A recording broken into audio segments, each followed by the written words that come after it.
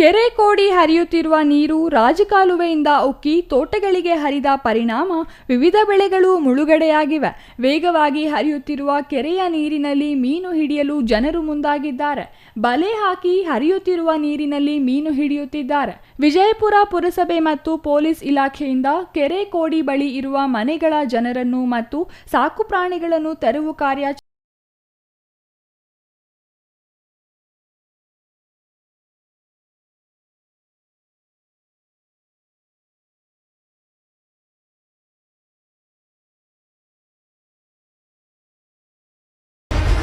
ಕೆರೆ ತುಂಬಿದ ಹಿನ್ನೆಲೆ ಮುನ್ನೆಚ್ಚರಿಕೆ ಕ್ರಮವಾಗಿ ತೆರವು ಕಾರ್ಯಾಚರಣೆ ಮಾಡಲಾಗುತ್ತಿದೆ.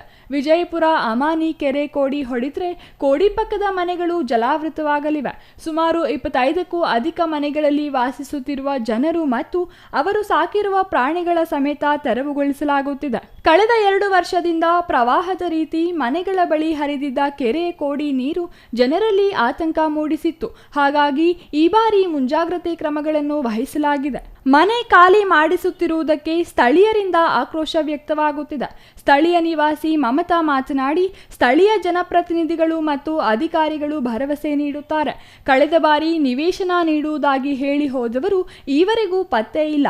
ಪದೇ ಪದೇ ಮೋಸ ಮಾಡುತ್ತಾರೆ. ಚುನಾವಣೆ ವೇಳೆ ಮತ ನೀಡಿ ಎಲ್ಲವೂ ನೀಡುವುದಾಗಿ ಸುಳ್ಳು ಹೇಳುತ್ತಾರೆಂದು ಆರೋಪಿಸಿದರು.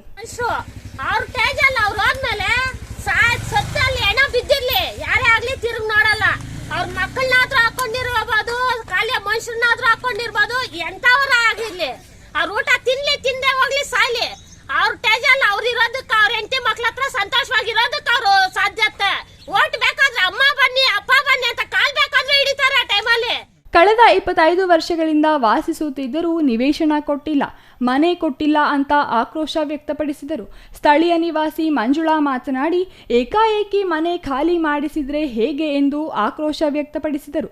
ಪುರಸಭೆ ಕಂದಾಯ ನಿರೀಕ್ಷಕ ತ್ಯಾಗರಾಜ್ ಮಾತನಾಡಿ, ಕಳೆದ 2 ವರ್ಷಗಳ ಹಿಂದೆ ಕೆರೆ ಕೋಡಿ ಹೋಗಿ ನೀರು ರಭಸದಿಂದ ಮನೆಗಳು ಮತ್ತು ಮನೆಗಳಲ್ಲಿ ಇದ್ದ ವಸ್ತುಗಳು ನಾಶವಾಗಿದ್ದವು.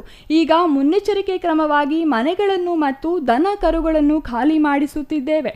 ಹೆಚ್ಚಿನ ಮಳೆಯಾದರೆ ಪ್ರವಾಹದ ರೀತಿ ನೀರು ಹರಿಯುವುದರಿಂದ ಈ ಕ್ರಮ ತೆಗೆದುಕೊಳ್ಳುವುದೇ ಒಳ್ಳೆಯದೆಂದು ಹೇಳಿದರು. ನೀರು ತುಂಬಿಕೊಳ್ಳುತ್ತೆ.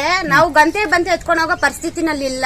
ನಮ್ ತಂದೆಯವ್ರ ಹ್ಯಾಂಡಿಕ್ಯಾಪ್, ನಾವು 300 ರೂಪಾಯಿ ಕೂಲಿ ಮಾಡ್ಬೇಕು, ತಿನ್ಬೇಕು, ದುಡಿಬೇಕು ಅಷ್ಟೇ. ಬಾಡಿಗೆ ಮನೆಗೆ ಹೋಗ್ರಿ ಅಂದ್ರೆ ಎಲ್ಲೋಗಿ ಕಟ್ಟಕ್ ಆಗುತ್ತೆ ನಾವು. ಅದಕ್ಕೆ ನಮ್ಗೆ ಅನುಕೂಲ ಮಾಡ್ಕೊಳ್ಳಿ. ಎಲ್ಲ ಓಟ್ಗಳು ಕೇಳಕ್ ಬರ್ತಾರೆ, ಅಮ್ಮ ಅಪ್ಪ ಅಂತಾರೆ.